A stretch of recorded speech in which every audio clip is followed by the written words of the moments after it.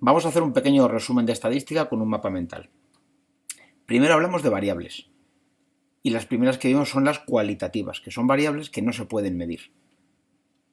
Y no se expresan con números, sino con palabras. Por ejemplo, el color del pelo, el mes de nacimiento, tu fruta favorita o el país de origen.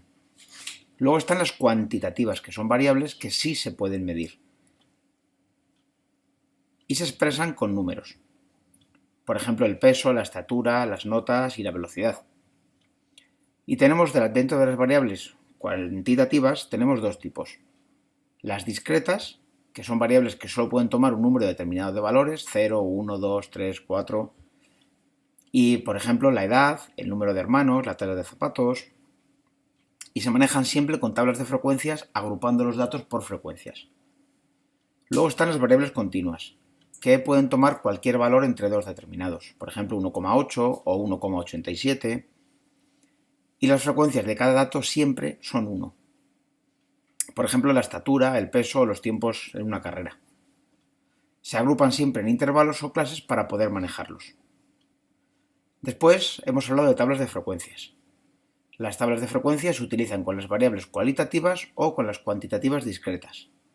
Y tienen esa forma. Hacemos una columna para los datos, que la llamamos x sub i, luego otra columna para las frecuencias, que la llamamos f sub i. La suma de las frecuencias se escribe con una n mayúscula y es el número total de datos. Y después están la f mayúscula, que son las acumuladas, la h minúscula, que son las relativas, es decir, las f sub i divididas por n, y las h mayúsculas, que son las acumuladas. Finalmente tenemos la columna de los tantos por ciento. Después, para variables cualitativas continuas o variables cualitativas discretas con un número de datos mayor que 30, tenemos esa otra clase, esa otra tabla, que añade a la izquierda una columna más para la clase o el intervalo. La clase no es el x sub i, el x sub i es el punto medio de cada una de las clases. Para hacer el punto medio ya sabéis que sumamos los extremos y dividimos entre 2.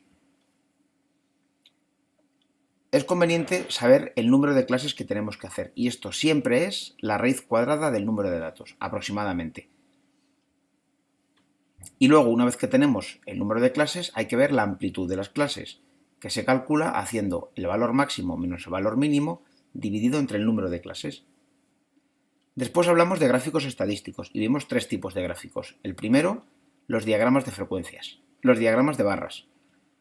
Y asociado a cada diagrama de barras tenemos el polígono de frecuencias, que es una línea que une los puntos más altos de cada barra. Ponemos en la horizontal los datos y en la vertical las frecuencias. Luego vimos el diagrama de sectores, que es el círculo que se divide en trocitos, multiplicando la frecuencia relativa, h sub i minúscula, por 360. Y después los histogramas con su correspondiente polígono de frecuencias. Un histograma es un diagrama de barras para variables continuas. Después hablamos de medidas estadísticas. Y empezamos por las de centralización. La primera es la moda, que es el valor, el x sub i, que tiene la frecuencia más alta. Luego la mediana, que es el valor central, y que para calcularla hay que ordenar los datos. Y luego está la media, que se calcula con esa fórmula. La suma de los x sub i por f sub i partido por n. X sub i, f sub i es otra columna que hay que añadir a la tabla. Y finalmente las medidas de posición. Los cuartiles, que eran 3, y dividen la muestra en 4 partes iguales. Son Q1, Q2 y Q3. Entre cada Q aparece siempre el 25% de los datos. Q sub 2 siempre coincide con la mediana.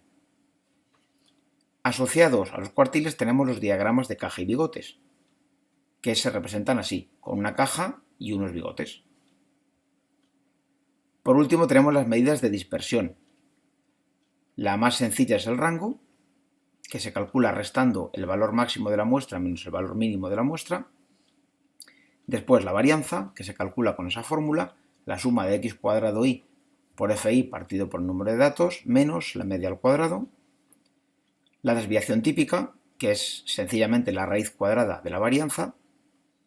Y luego el coeficiente de variación, que se calcula dividiendo la desviación típica entre la media.